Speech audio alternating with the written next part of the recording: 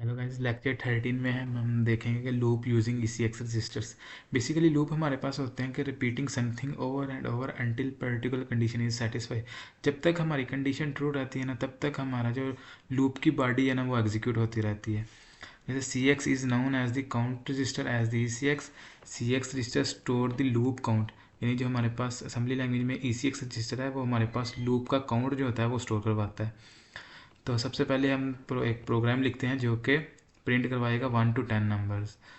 जैसे कि हमारे पास C++ लैंग्वेज में हम देखते हैं कि उसमें क्या होता है कि जब तक हमारी लूप की कंडीशन ट्रू रहती है ना, तब तक हमारी जो बॉडी होती है वो एग्जीक्यूट होती रहती है।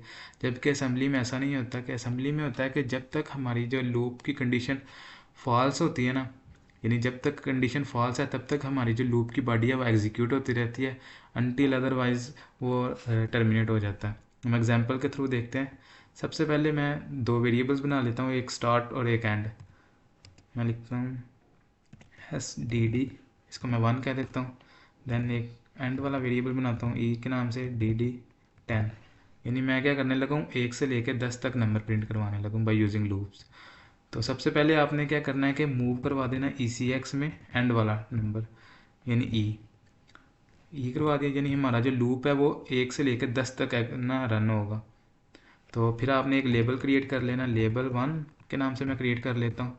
फिर आपने क्या करना है कि वो जो नंबर होगा ना पहले वाला, उसको मूव करवा देना आपने EX में और प्रिंट करवा देना मूव EXS। देन उसको प्रिंट करवा देना कॉल राइट डेक। फिर आपने क्या करना है कि जो इंक्रीमेंट है ना, इंक्रीमेंट कर दें उस नंबर को। यानी जो आपने EX में मूव करवाया ना S, यानी स्टार्टिंग नंबर, पहले उसको मूव करवाएं EX में, फिर बाद में उसको डिस्प्ले करवा दें, यानी वो डिस्प्ले हो जाएगा। देन उस नंबर में एक इंक्रीमेंट कर दे।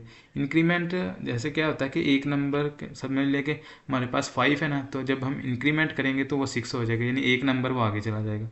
तो इंक्रीमेंट करवा देता है हम S। देन मैं कॉल CRLF कर देता हूँ कि एंड लाइन होता जाए। देन मैं क्या करता हूँ कि फिर लूप लूप एक हमारे पास इंस्ट्रक्शन होती है जिस पे ना मूव करते हैं, लूप लेबल 1, यानी लेबल 1। ये वाली लाइन आपने ध्यान से देखनी है। इधर हमने मूव करवाया ECX में। ECX में क्या मूव करवाया हमने 10। तो जब ये वाली लाइन एग्जीक्यूट होगी पहली दफ़ा, तो लूप में क्या वैल्यू होगी 1, यानी जब पहली दफ़ा होगी तो 1। जब दूसरी दफ़ा ये लाइन एग्जीक्यूट होगी तो लूप में वैल्यू होगी 2। ये हम फर्ज कर लें कि ये लूप में यानी पहली दफ़ा एग्जीक्यूट है, इसमें क्या कौन सी वैल्यू 1। ये चेक करेगा कि ECX में क्या पड़ा हुआ है। ECX में 10 है, तो ये कंपेयर करेगा दोनों को। अगर तो दोनों इक्वल हैं तो वो टर्मिनेट हो जाएगा। अदरवाइज ये ना एग्जीक्यूट दोबारा जो होता है ना लेबल 1, उस पे से भेज देगा, यानी दोबारा लेबल 1 पे जाएगा। फिर वो दोबारा एस में जो भी वैल्यू होगी उसको EX में भेजेगा दोबारा, फिर कॉल राइट टैग करके उसको प्रिंट करवा देगा। देन इसी तरह 10 दफ़ा ना हमारे पास ये लूप चलेगा। हम चेक कर लेते हैं रन करके।